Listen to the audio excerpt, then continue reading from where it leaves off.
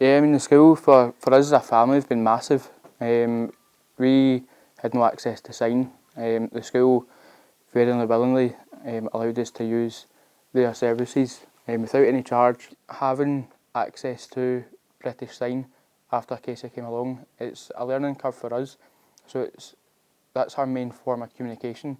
So she has the right to learn it. She's got the right to be able to communicate with everybody, just as any other hearing adult or child has. Every day is a new sign. Pretty much, like I say, we are still learning. So if it wasn't for Moorfoot, we would have no idea where to start and where to go. But like I say, it's a new language to us. We are still learning. Casey's learning, Kyle's learning. So every other day she's bringing home something new, and then we're having to learn that as well. So it just builds up our kind of vocab of signs, which is incredible to see and watch. At home, we are able to communicate more with our daughter. Beforehand, she would sign to us, and with us not having the access to BSL, we weren't sure, so we ended up texting Paul, her sign worker, and he would then tell us in video what she was saying. But now, as a family, there's no fighting between the siblings, so they get on a lot better, which is great. And we understand what she wants when she wants it. Community? Yes. Every month there is the deaf community within Inverclyde that all get together. Hearing people are welcome to join as well as deaf. You pick up new signs, different signs to what you've learned. And it makes a big difference just being able to have a communication, like a conversation and stuff with a deaf person. It makes them feel more welcome. I work for St Andrew's First Aid, so it's really handy to have if you come across a casualty that is hearing impaired, you're putting that casualty at kind of ease right away. BSL is there for everybody, personally, but yeah, you can go out, we've been on the boat many a times and we see people signing and it catches your eye and you're trying to read what they're saying, and then even in the supermarket, if you know somebody's deaf, just a simple hi, how are you goes a long way for that person's day, and the smile on somebody's face it's infectious.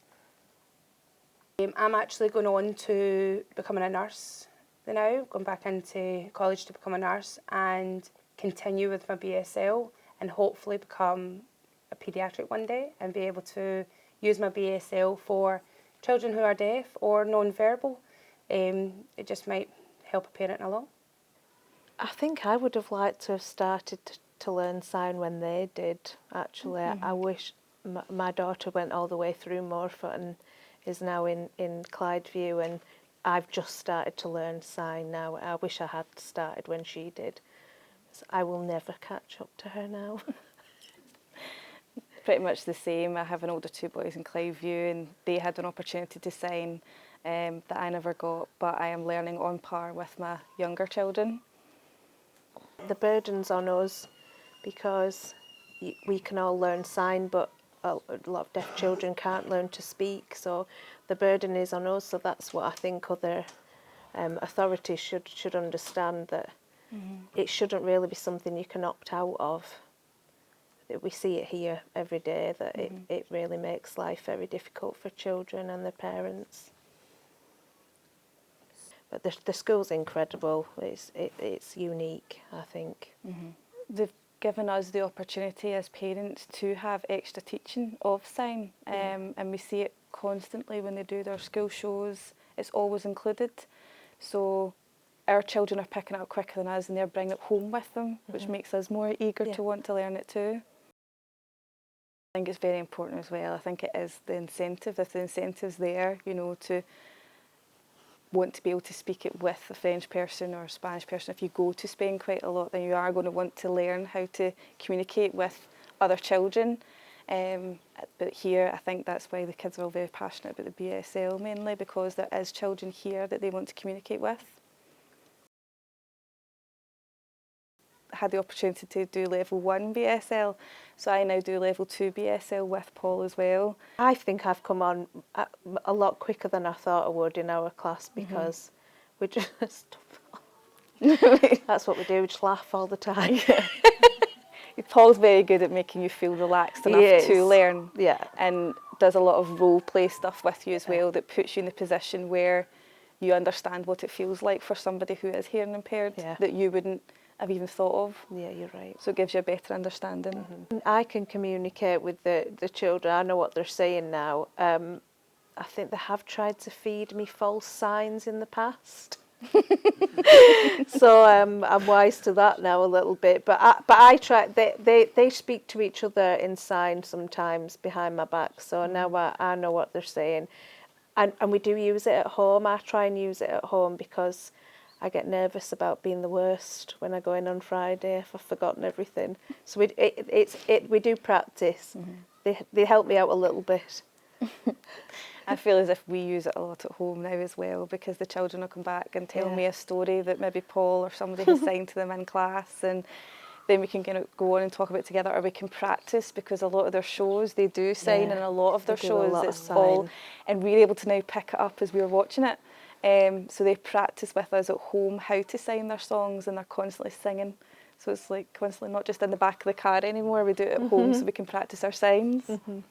I'm really keen to do level 1 and get better, and it's definitely prompted me to do it. I don't think I would have done if I hadn't have had Paul teaching us at the start, because he makes you feel a lot more relaxed and not quite so awkward. Yeah, for me, I did do level 1 when I was working as an ASN, but then I decided to further and went back to college, and I'm now learning to be a nursery practitioner. And I use a lot of my sign for that, and the placement actually gives me some time away to still get to my BSL level 2 class, so that I can carry it on further. My daughter's in primary 4 and she's really fast already, so but yeah, you feel a lot like I recall doing when you meet someone that it speaks a foreign language, and you feel a bit stupid and uncomfortable because you can't communicate. That's the same feeling, so I don't want that anymore. There's too many children, too many parents and teachers that are non-verbal here, and it's not fair to them. So I'm keen to carry on. 2 deaf grandsons. Well, only one comes to Moorfoot. Well, I can communicate better with Kieran now, and I notice he isn't frustrated the way he used to be. He used to be terrible, but since the sign language, and I can communicate, not all the time, but quite a lot. So he's calmed a lot, big difference in him. I don't know much about doing the sign language with him, but I can understand better what he's saying now. With Paul, we're learning the sign language, but just at the basics at the moment, But it's putting me through, I can understand some of the things that Kieran's saying to me. It's the learning, doing the different language and knowing it's helping the wee fella, It's knowing that I can communicate better with him.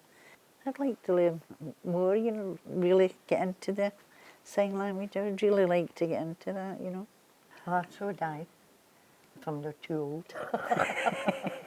If I'm here by then.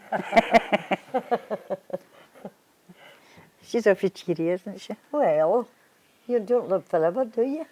And I've done no bad so far.